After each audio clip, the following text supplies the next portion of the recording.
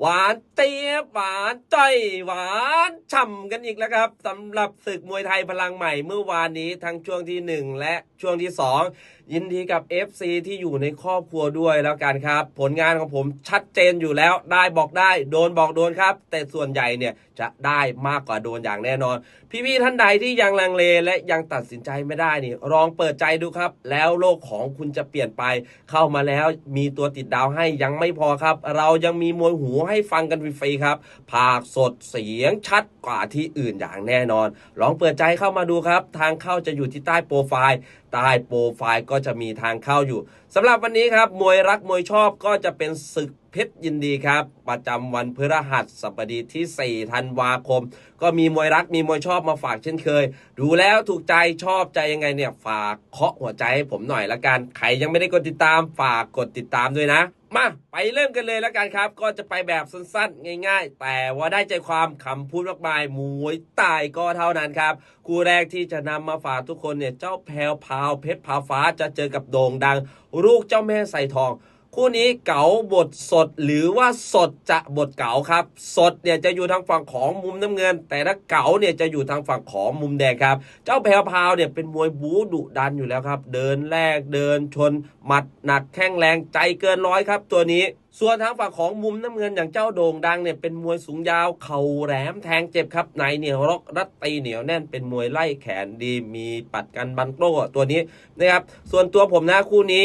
ผมออกลูกรักออกลูกชอบทางฝั่งของมุมแดงอย่างเจ้าแพรเผาแล้วกันเอาเก๋าบทสดครับวันนี้รับรองว่าหวานเจี๊ยบหวานฉ่ำอย่างแน่นอนและสำหรับคู่ต่อไปเป็นคู่เอกประจำรายการเจ้าแคนชัยพันดักรัตนบุรีจะเจอกับเพชรลุงสก.เอกวินครับคู่นี้เนี่ยเขาประกบให้มวยฝีมือมาเจอกับมวยฝีมือครับเจ้าแคนชัยเนี่ยเป็นมวยซ้ายหนักซ้ายแรงครับเป็นมวยฝีมือครบเครื่องตัวนี้นอกได้ในดีในก็ล็อกรัดตีเหนียวแน่นครับรับเรียงชั้นเชิงมวยเนี่ยถือว่าดีเลยครับตัวนี้ส่วนทางฝั่งของไอ้เจ้าเพชรลุงครับเจ้าเพชรลุงนี่ก็เป็นมวยฝีมือครบเครื่องเหมือนกันครับมีหมดทั้งหมัดเท้าเข่าศอกแต่จะเน้นใช้หมัดใช้ศอกซะส่วนใหญ่ครับตัวนี้ต่อยหนักหมัดเนี่ยต่อยได้หนักต่อยได้แรงครับศอกนี่ออกได้คม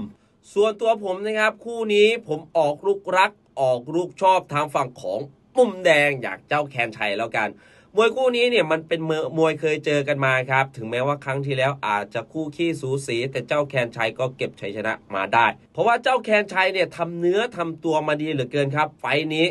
จบลงไปแล้วครับสำหรับพี่ๆท่านใดเนี่ยอยากได้แนวทางเพิ่มเติมอยากได้ตัวติดดาวตามมาเจอกันได้ในชมรมเลยนะครับฝากไว้หน่อยแล้วกันสำหรับ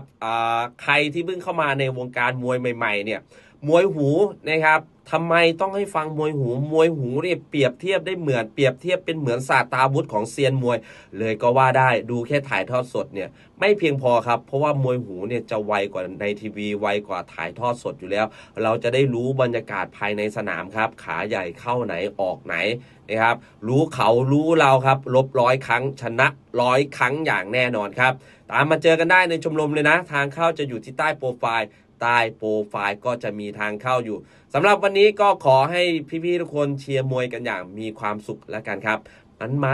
นเฮงๆลำๆรวยๆแล้วเจอกันใหม่ในคลิปหน้าสวัสดีครับ